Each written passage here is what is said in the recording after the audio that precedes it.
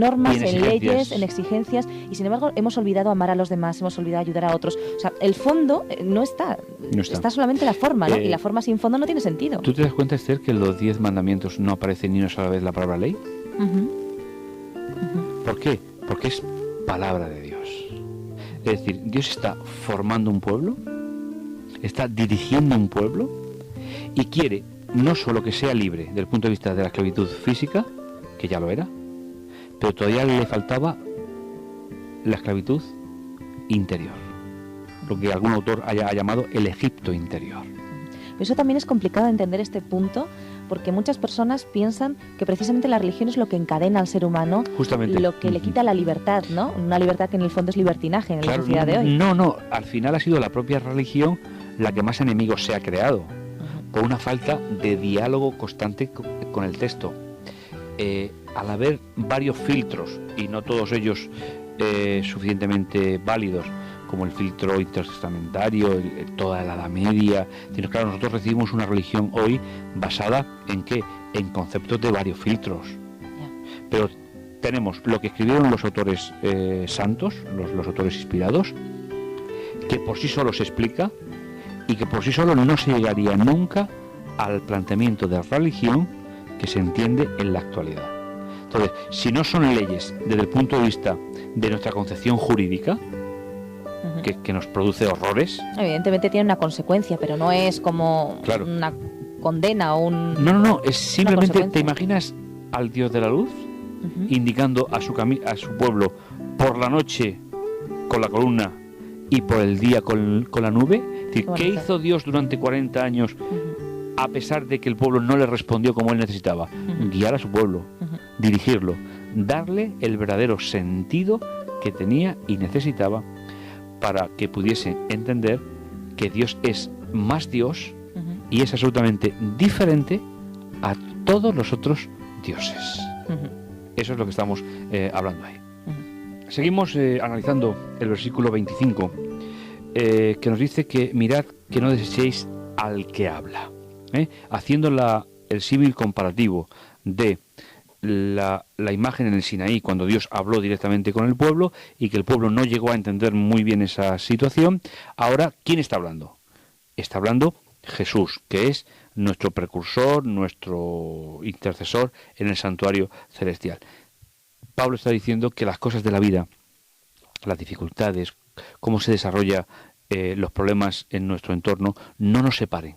No nos desfocalicen del verdadero sentido de la experiencia del creyente, que es uno de los grandes riesgos que tenemos. Nos quedan escasamente 3 versiculitos para acabar este capítulo de exhortación, de llamada, y dice el versículo 26: cuya voz sacudió entonces la tierra, pero ahora ha prometido diciendo, aún una vez, y sacudiré no solamente la tierra, sino también el cielo.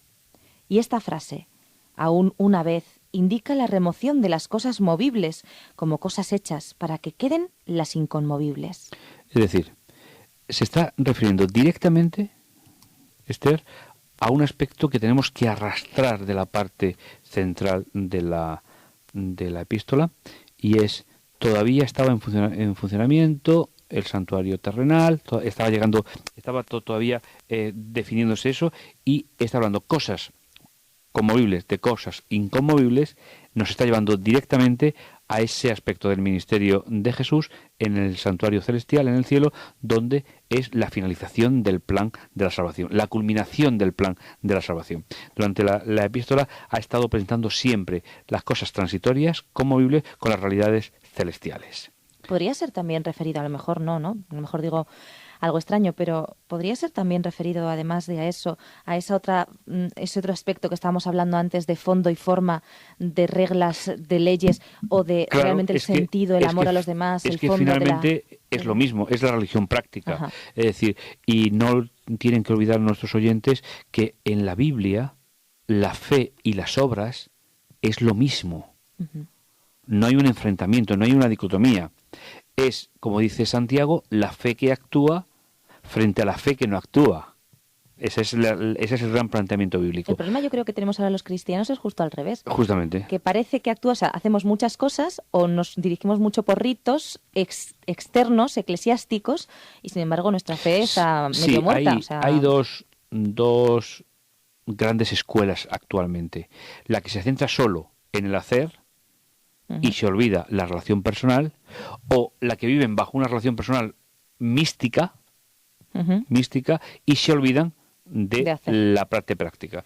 El Evangelio, tanto en el Antiguo Testamento como en el Nuevo, es la fe que actúa. Es decir, mi relación con Dios me lleva a mantener una relación personal con las personas que están alrededor. Claro, el ser humano, Esther, es muy complicado. Yo me veo en los conflictos, yo me veo en las circunstancias personales y no siempre las controlas.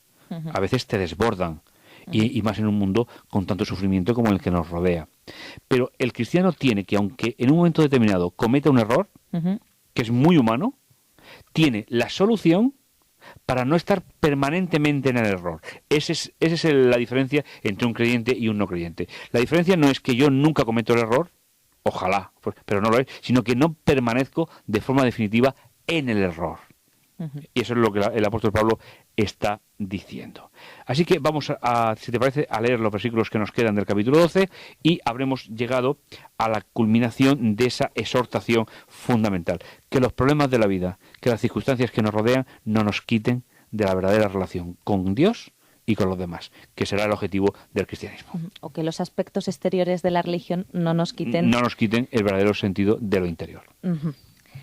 Versículo 28. Así que recibiendo nosotros un reino inconmovible, tengamos gratitud y mediante ella sirvamos a Dios agradándole con temor y reverencia. Porque nuestro Dios es un fuego consumidor. ¿Para quién? No para sus hijos, no para su pueblo, porque todo el libro nos ha presentado todo el plan de salvación, sino que para aquellos que tienen otro orden de prioridades, Dios, respetando esa idea, pues va a actuar de esa manera. Es una lástima que estos textos hayan servido en la Edad Media para dar una imagen distorsionada de nuestro Dios. Y que se quedara finalmente esa religión, Esther, que tanto odias tú, que tanto odias, que es la religión de las formas sin contenido. No, Dios simplemente respeta, Dios simplemente está con nosotros, Dios simplemente hace de nosotros un proyecto de vida realmente extraordinario. Y con este texto, pues prácticamente hemos llegado al final del capítulo 12. No, nos queda el 13. No te dejo terminar. No, pues venga, vamos allá. No, sí, ya brevemente. Simplemente un detalle, ¿no? La palabra temor y reverencia, eso nos hablas en el versículo 28. Sí. Muchas personas que nos estén escuchando, seguramente, claro, lo que nosotros conocemos como temor, pues no es precisamente lo más agradable. Mira, en la Biblia, una buena traducción del término original es conocimiento. Vale. Y reverencia sería un poco el acto de gratitud que produce conocer a Dios. No tiene sentido peyorativo ni negativo en la Biblia, sí en la historia de la interpretación. Sino que el texto es muy, muy fácil. Es decir, ¿qué produce conocer a Dios? Un acercamiento, una vida. Dios no deja impasible a nadie. Dios crea o muchos amores o muchos odios, porque Dios es Dios. No por Él, sino por la situación que el hombre se plantea frente a ese Dios. Los que amamos a Dios, le amamos y le respetamos. Los que no quieren saber nada de Dios, ¿cómo tratan a Dios? Como Dios nunca los trataría a ellos. Nunca. Pero es un poco esa idea. Entonces, es verdad que algunas matizaciones, algunas cosas nos pueden... ¿Por qué? Porque nosotros el temor y la reverencia la entendemos más como la persona que se iba a presentar delante del emperador romano, sustrato cultural de toda la Iglesia cristiana desde el siglo IV hacia acá, que el gran controlador del universo, que nada se le escapa, que nada queda fuera de su orden y que siempre tiene lo mejor para nosotros.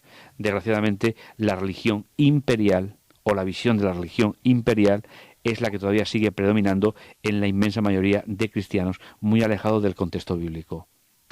El que está sentado en el trono no es el emperador del imperio, aunque hemos heredado esa imagen. El que está sentado en el trono es el creador, el sustentador y el que tiene las soluciones para nosotros. Es una visión distinta, pero es una visión que tenemos que recobrar. Y que además nos ama. Cuando las personas van a través de la fe hasta trono de Dios, se puede ir.